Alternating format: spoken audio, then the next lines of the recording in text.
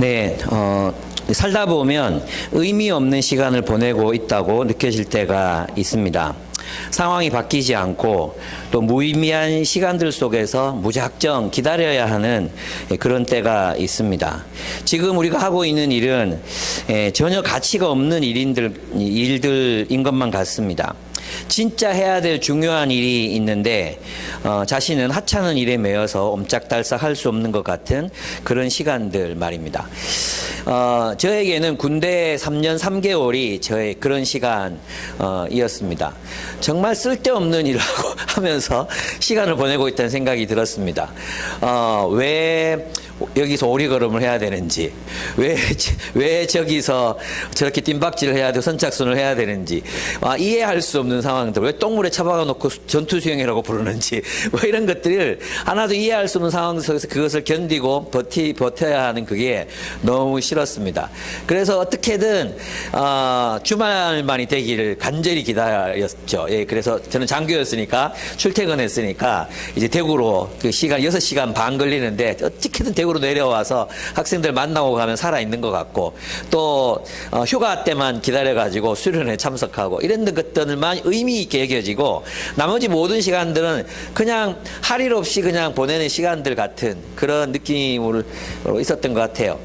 그렇다고 제가 군대 생활을 막 그렇게 잘 못한 건 아니었어요. 저는 그 교관 최우수상도 받아봤고 쓰리스타 상도 받아봤고 그래서 저희 우리 부대 저의 상관이 고과를 얻는데 굉장히 많은 점수를 제가 따주고는 했습니다. 네.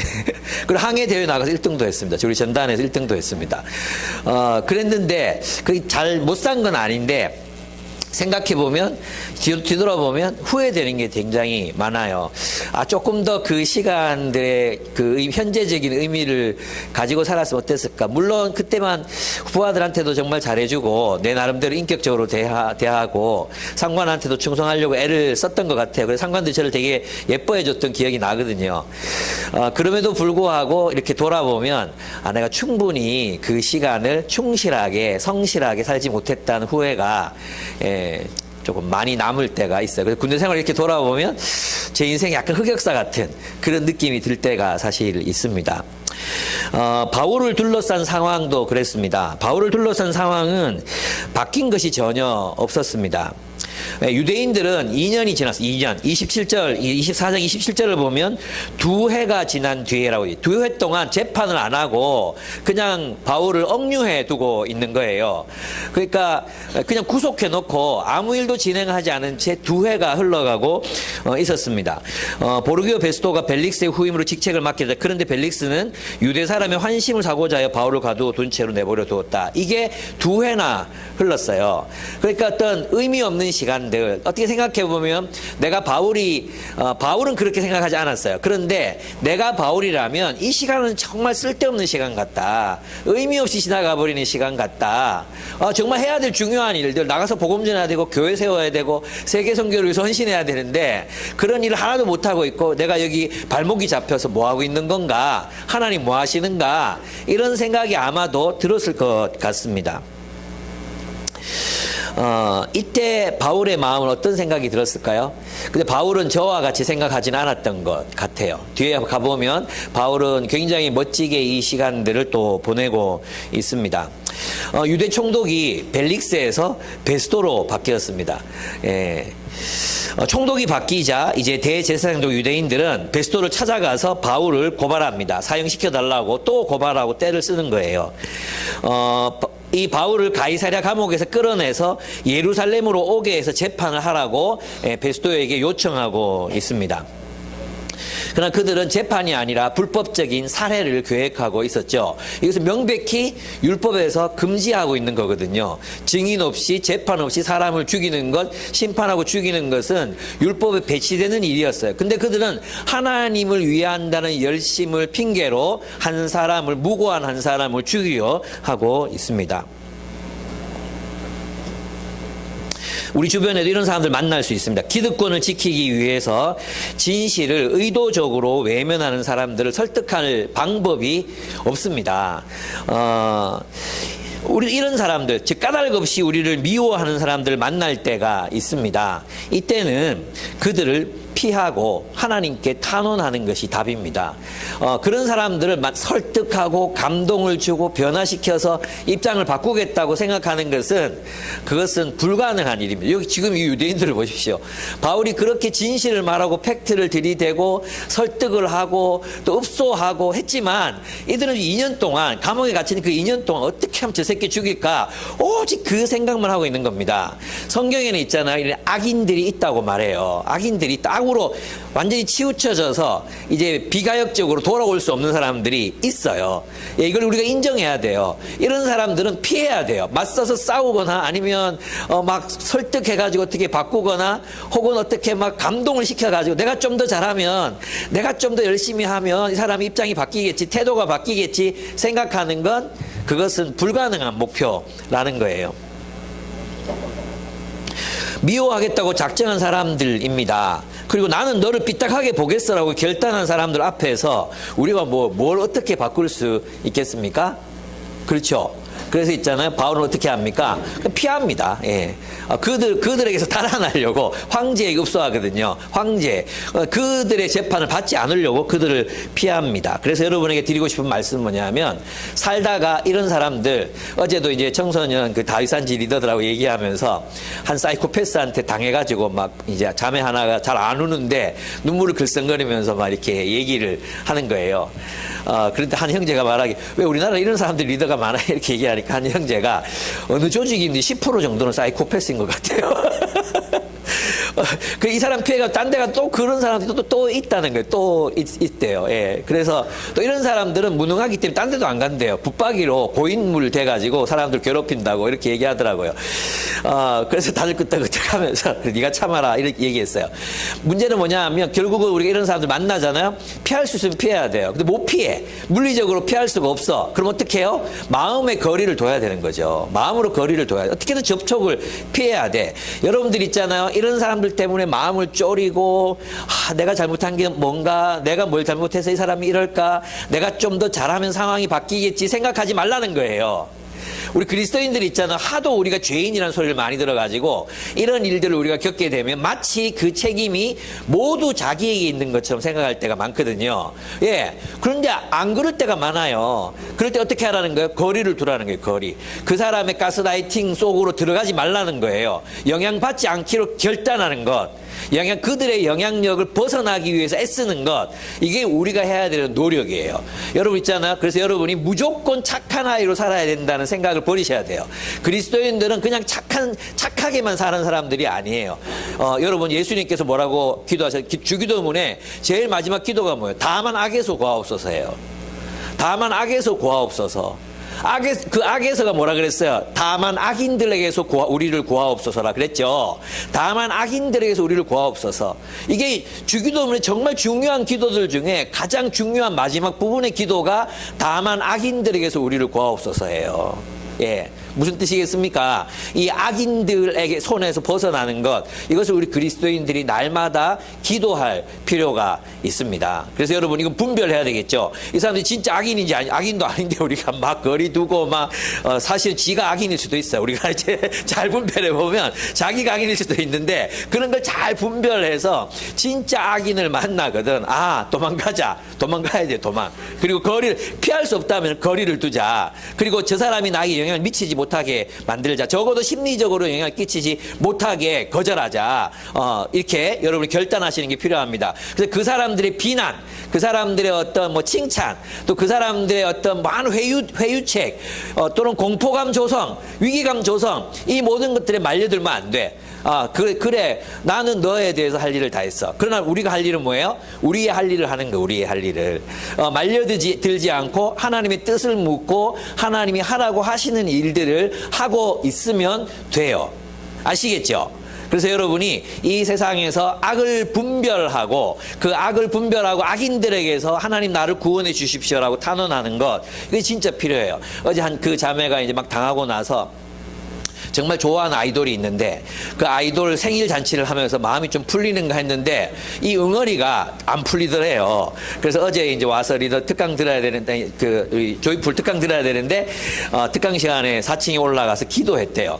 하나님 억울합니다. 하나님 내가 너무 억울하게 당했습니다. 하나님 내 마음 아시죠? 기도하고 하나님 묵상하는데 하나님이 그 마음을 만져주시더라고.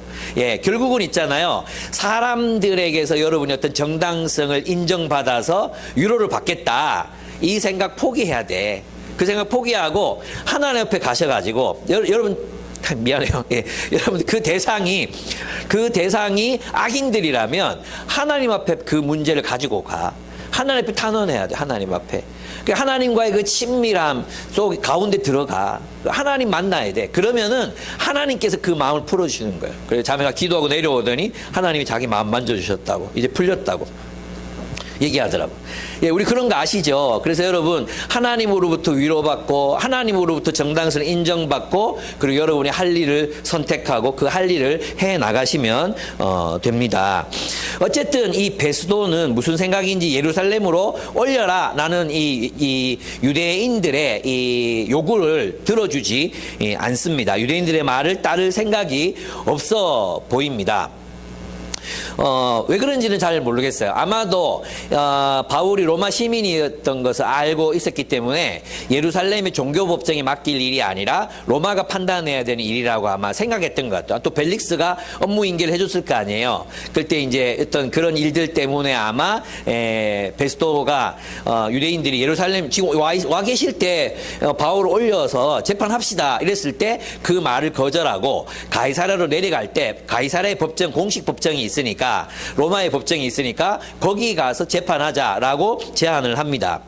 그래서 베스도가 총독이 되고 나서 8일에서 10일간을 예루살렘에 머물다가 가이사랴로 내려가서 바울에 대한 재판을 엽니다. 이것도 약간 코미디 같은 거예요. 뭐냐면 베스도의 첫 재판이 바울을 재판하는 거였어요. 지금 총독되고 나서 할 일이 얼마나 많아요. 총독되고 나서 얼마나 할 일이 많겠어요. 그죠? 예루살렘 가서 8일 동안 했고 그럼 내려가면 뭐 일을 해야 되는데 제일 먼저 그 다음날 한 일이 바울을 재판하는 일이었거든요. 그러니까 이제 이걸로 반대로 말해보면 바울의 영향력, 바울의 그 유대 사회의 영향력이 굉장히 커져 있었다는 것을 말해주기도 해요. 그리고 또 로마도 바울을 무시하지 못할 정도로 유대 사회에 끼치는 영향력이 있었다.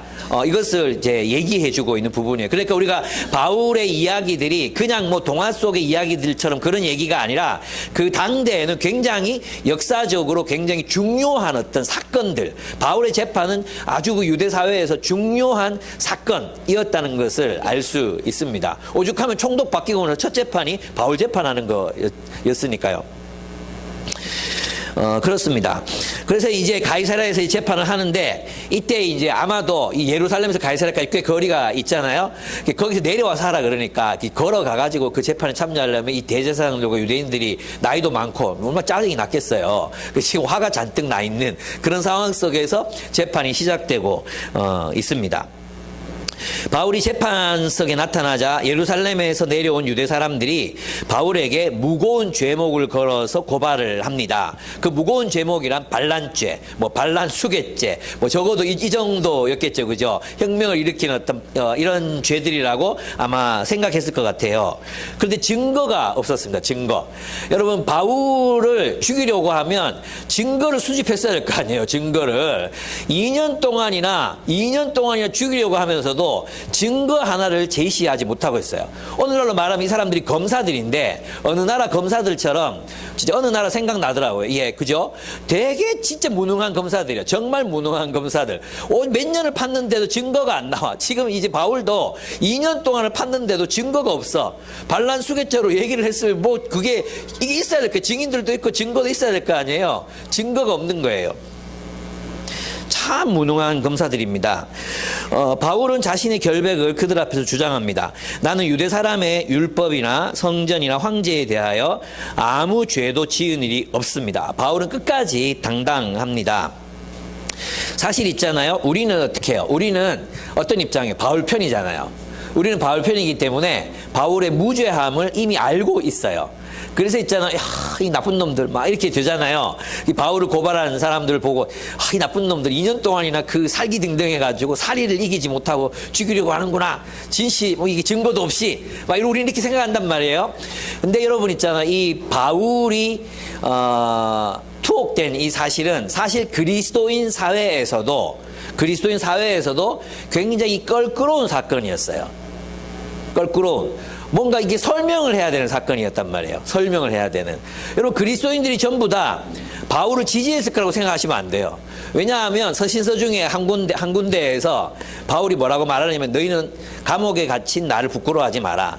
나는 복음 때문에 감옥에 갇혔다. 그럼 너희는 나를 자랑스럽게 생각해야 되는데, 이 말을 하거든요. 로마 사회에서 감옥에 갇힌다는 것, 이것도 그것도 반란죄로 감옥에 갇힌다는 것은 굉장히 수치스러운 일이었어요. 그런데 이제 감옥에 갇혔단 말이에요. 그러면 여러분 있잖아요, 그냥 단순히 감옥에 갇힌 게 아니라 그리스도인들은 이제 유대인들을 만날 때마다 해명을 해야 되는 입장이 생기는 거예요. 야, 니네 선생 감옥에 갇혔다며. 성전 못 오겠다며. 내가 들어보니까 임마 이방인 데리고 성전 뜰 안으로 들어갔다며. 이 새끼 때리시기를 놈 뭐 성전 어떤 데인지 아냐고. 그러면 이제 그리스도인들이 분명히 아니 그러지 않았다고, 안 들어갔다고. 네가 뭐 모르는 소리 하지 마라. 안 그래도 2년 동안 그거 다 잡아놓을 이유가 있나. 많이 들어봤죠 이런 얘기. 2년 동안에 거기다 그래 잡아놓고 막 또 고발하고 또 고발하고 그럴 리가 있나. 생각을 해봐라. 이 무식한 놈아. 네가 아무거나 잘 믿는 놈이라 가지고 그거 덜컥 믿고 있는 거지. 바울이 임마 성전 막 모독했다 안 카나. 이런 식으로 막 사람들이 막 이렇게 몰아붙이면 적어도 침묵할 수밖에 없는 거예요. 그죠? 그리고 또 이 사실에 대해서 많은 그리스도인들이 껄끄럽게 생각하고 바울이 부적절한 일을 했다라고 생각하는 사람들이 많았다는 거예요. 그리고 오죽하면서 신서에다가 나를 부끄러워하지 마라, 이렇게 설득하려는 편지를 썼겠어요. 여러분 있잖아요, 우리는 나는 진실할 이렇게 생각하잖아요. 너가 목사님 그랬다며. 여러분 많이 들어봤죠? 너 목사님 아반떼 이상 사람 불 지른다 했다며. 그러면 아니 그런 뜻이 아니고 이렇게 설명하다가 에이 진짜 그런 경우다 이렇게 막 얘기하면 여러분들이 입을 닫을 수밖에 없잖아요. 왜 그딴 소리 하셔가지고 우리를 입장을 곤란하게 만드실까? 여러분도 생각해 본 적 있잖아요. 지금 아반떼 이상 탄다고 내가 불지르거나 그러지 않습니다. 저는 극단적인 사람이 절대 아닙니다. 얘기 자주 했죠. 그런데 있잖아요, 그런 오해를 계속해서 누군가가 얘기하면 한 사람을 죄인으로 만들고 관계를 끊어버리는 게 쉽단 말이죠. 근데 바울은 그런 면에서 보면 유대인들은 계속 죽이려고 하고 있죠. 로마 법정은 2년 동안이나 자기 재판 안 하고 계속 묵혀놓고 구속 상태로 머물러 두고 있죠. 그러니까 어떤 이 정치적인 이익, 진실이 아니라 진실을 따라 재판하는 게 아니라 정치적인 이익을 위해서 한 사람을 짓밟고 이렇게 감옥에 가둬놓고 이런 상황이 계속되고 있죠. 또 동료 그리스도인들조차도 적어도 유대에 있는 유대인 그리스도인 공동체는 아마도 바울에 대해서 비판적인 입장을 가졌을 확률이 굉장히 높아요. 그러니까 바울에 대한 시기심으로 복음을 전하는 사람도 있었다 했잖아요. 이런 것들을 보면 바울이 굉장히 외로울 수 있는 상황이었던 거죠. 그러면 이제 여러분 생각해봐. 그러면 어떤 마음이 들었겠어요? 감옥에 있으면서. 되는 일은 없고 빨리 석방돼서 어떻게든 하나님 복음 전하고 싶은데 잡혀있고 동료 그리스도인들조차도 비난하고 자기에 대해서 뭔가 의혹의 눈초리로 자신을 바라보고 있고 로마의 정부는 풀어주지도 않고 계속해서 감옥에 가둬놓고 손발을 꽉 붙들어 놨잖아요. 아무것도 할 수 없는 상황이야. 이런 상황이면 여러분들은 어떻게 이 상황을 판단하고 받아들이고 그랬겠습니까?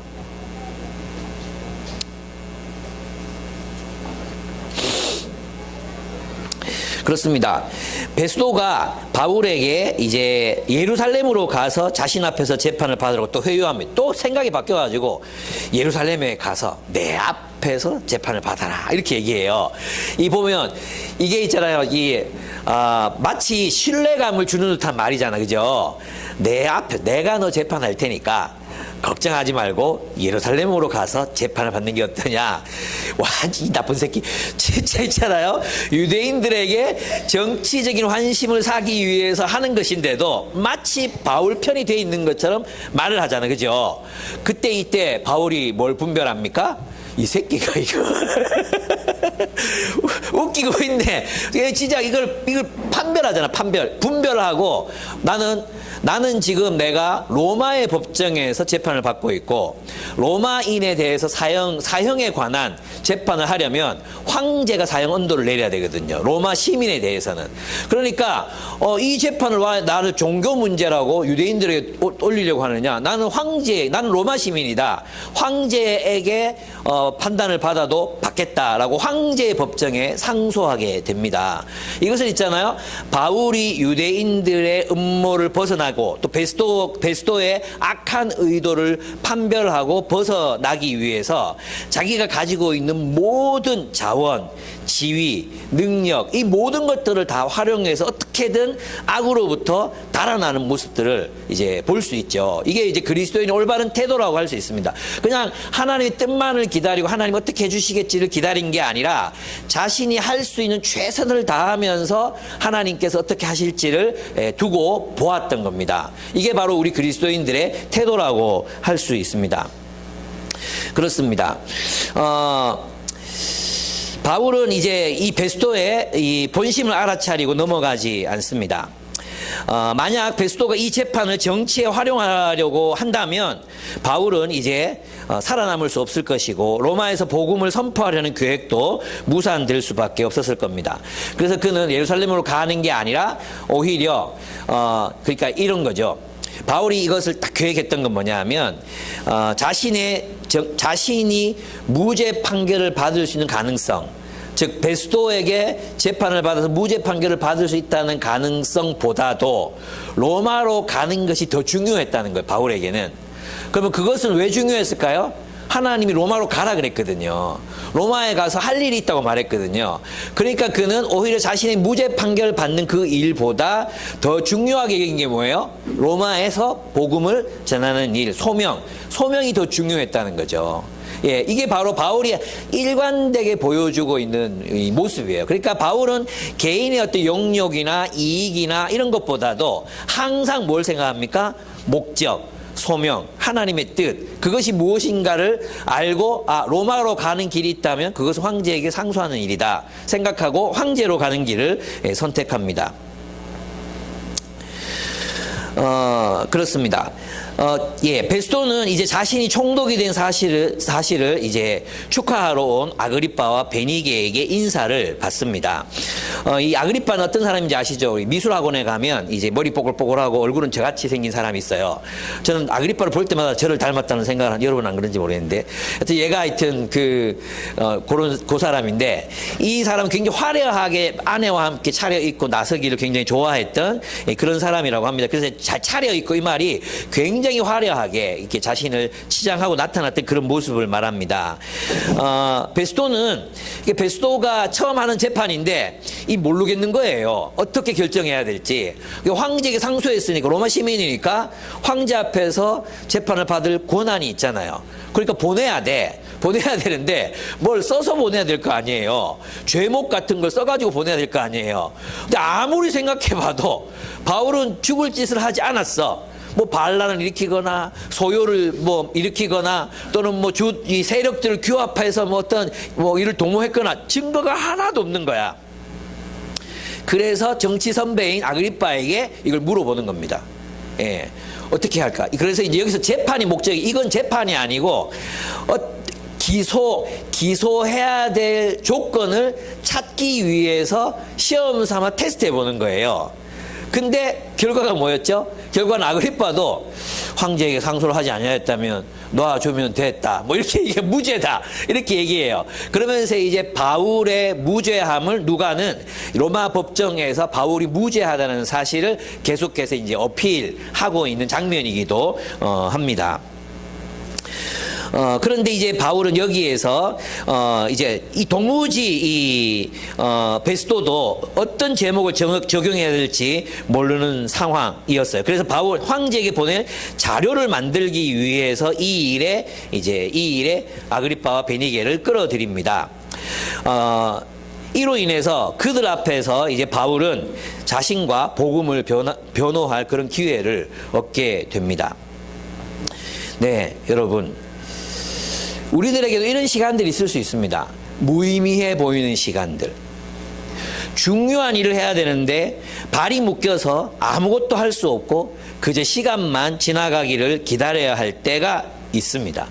난 지금 여기서 뭐 하고 있지? 이런 생각이 들 때가 있습니다. 제게는 군대 3년 3개월의 시간이 그랬습니다. 육아도 그런 시간이 될 수 있습니다. 육아.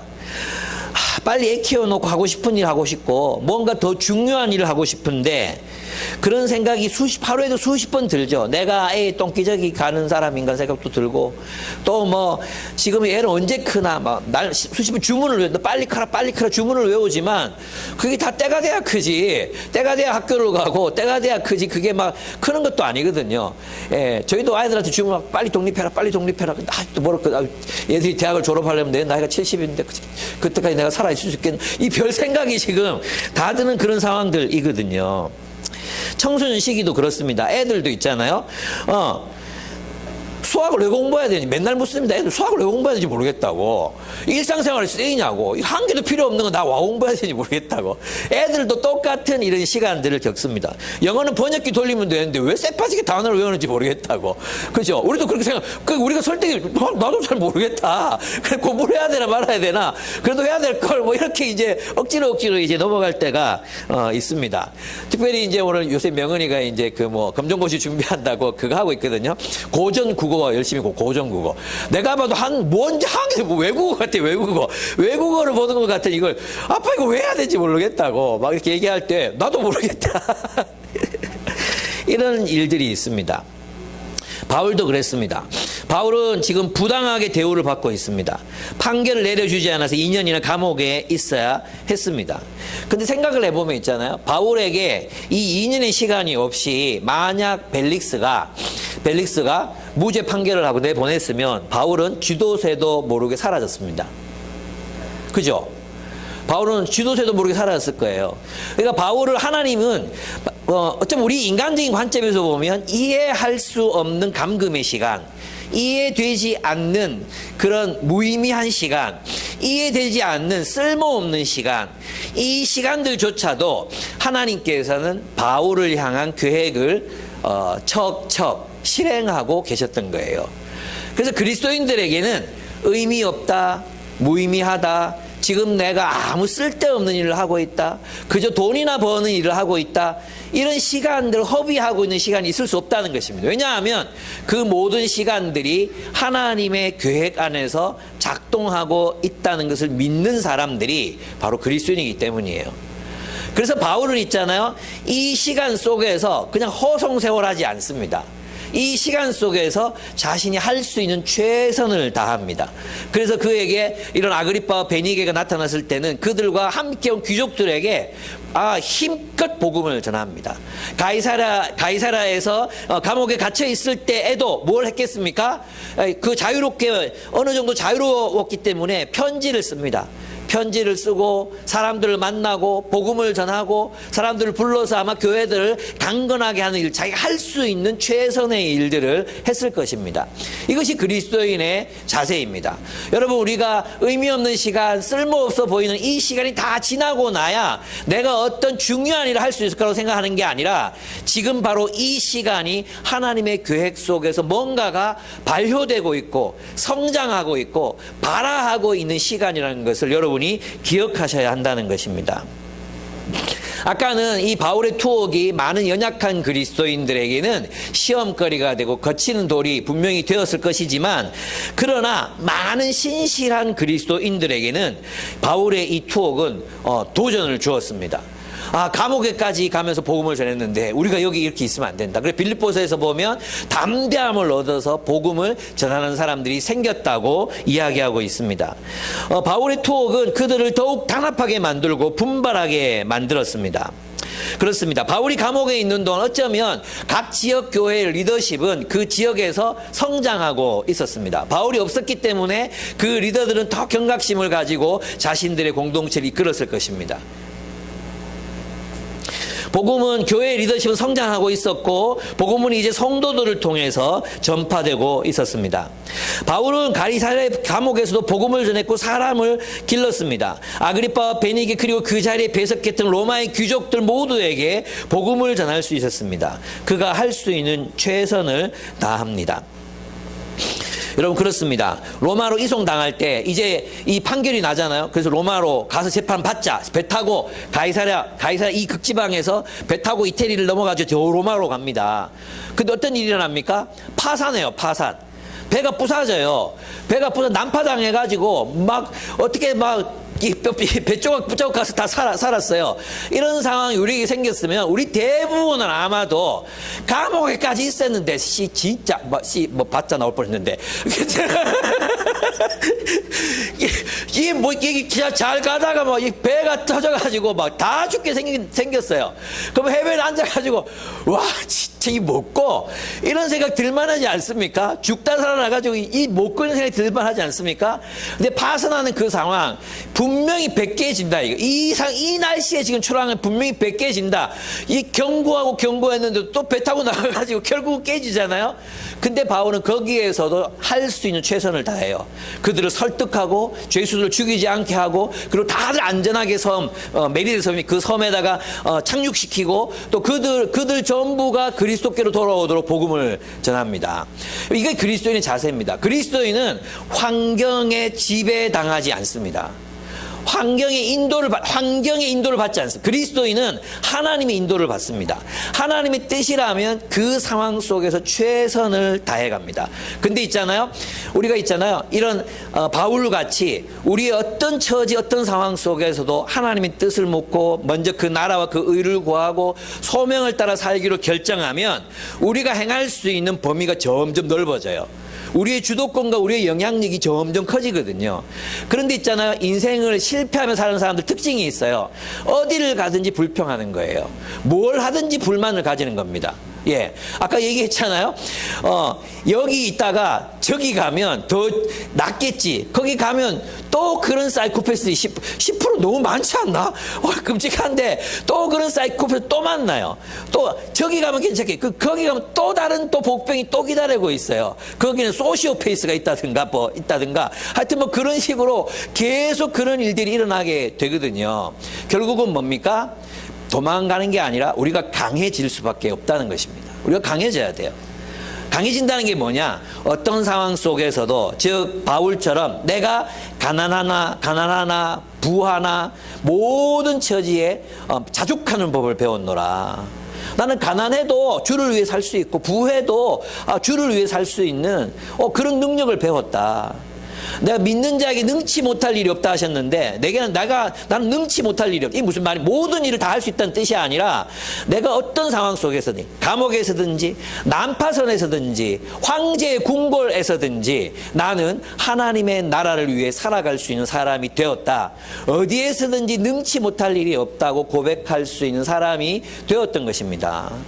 여러분 불평하잖아요. 그러면 환경이 우리를 계속해서 장악해서 들어옵니다. 자꾸 지배합니다. 뭐 때문에 못해. 육아 때문에 못해. 환경 때문에 못해. 날씨 때문에 못해. 건강 때문에 못해. 지금은 내가 늙어서 못해. 이러면 다 때문에 못하게 되면 결국은 내가 할 수 있는 일은 거의 없어지는 거예요. 주도성을 잃어버리게 되는 거죠. 그죠? 그럼 이 사람은 벚꽃이 펴서 못하겠고, 벚꽃이 져서 못하겠고, 날씨가 좋아서 못하겠고, 날씨가 나빠서 못하겠고, 건강이 좋아도 못하고 나빠도 못하고 계속해서 그런 상황이 되면 우리는 옴짝달싹 할 수 없는 그런 상태에 놓이게 돼요. 결국 지배당하는 삶을 살게 돼요. 바울은 지배했습니다. 바울은 사람을 지배했다는 뜻이 아니에요. 바울은 상황을 통제했습니다. 바울은 하나님 앞에서 자신이 할 수 있는 최선을 다합니다. 그럼 놀랍게도 그 안에서 놀랍게도 어마어마한 일을 해내는 거예요. 한 난파선에 탔었던 죄수, 다 죽임당할 수밖에 없었던 그 죄수들을 살리고 그들을 그리스도께로 인도합니다. 황제 앞에 서서 복음을 전합니다. 로마로 이송돼서 그곳에서 가택연금 당한 상태에서 2년 동안 그곳에 있는 제자들을 만나고 양육하고 또 훈련하는 삶을 삽니다. 만약 사도 바울의 목표가 나 여기 감옥에 못 살겠다. 나는 여기 풀려나야지. 풀려나고 난 뒤에 나는 좀 일하겠다. 내가 이런 열악한 상황 속에서 어떻게 복음을 전하냐. 이랬다면 바울이 할 수 있는 일은 아무것도 없었어요. 그러나 바울은 이런 일을 합니다. 그 주어진 상황 속에서 그 환경이 아무리 열악하더라도 그 상황 속에서 최선을 다합니다. 여러분 놀랍게도 성경의 수많은 위인들은 이런 과정을 거칩니다. 저는 정말 놀라운 게 뭐냐 하면 하나님께서 모세에게 분명히 이집트를 구원할 거라는 사명을 주셨거든요. 어릴 때부터 있잖아요. 주셨잖아요. 이집트에서 교육받게 하시고 하셨잖아요. 모세도 이 자신의 사명 인식하고 있었어요. 그래서 유대인들이 막 두들겨 맞고 있을 때 그 때리는 그 이집트인 두들겨 패가 죽여버리잖아요. 어떻게 죽었잖아요. 이런 일들이 있었다는 모세의 마음속에 그 지도자로서의 소명, 이스라엘을 구원할 자로서의 소명감이 있었거든요. 그런데 그 소명감을 확인하는 순간 어떻게 합니까? 유대인들에게 거부당합니다. 유대인들에게 거부당하고 쫓겨나요. 그리고 뭐 합니까? 양치기로 삽니다. 양치기가 어떤 직업인지 아십니까? 그죠? 아무나 할 수 있는 일이었기 때문에 가장 무능한 사람에게 맡기는 게 양치기였어요. 양치기 역할이었어요. 이집트 왕궁에서 살던 사람이 진짜 아무나 한 어린아이들, 여인들, 과거에, 옛날에, 지금이 아니라 옛날에 이 정도는 누구도 할 수 있다 이렇게 믿는 거 있잖아요. 그게 양치기였어요.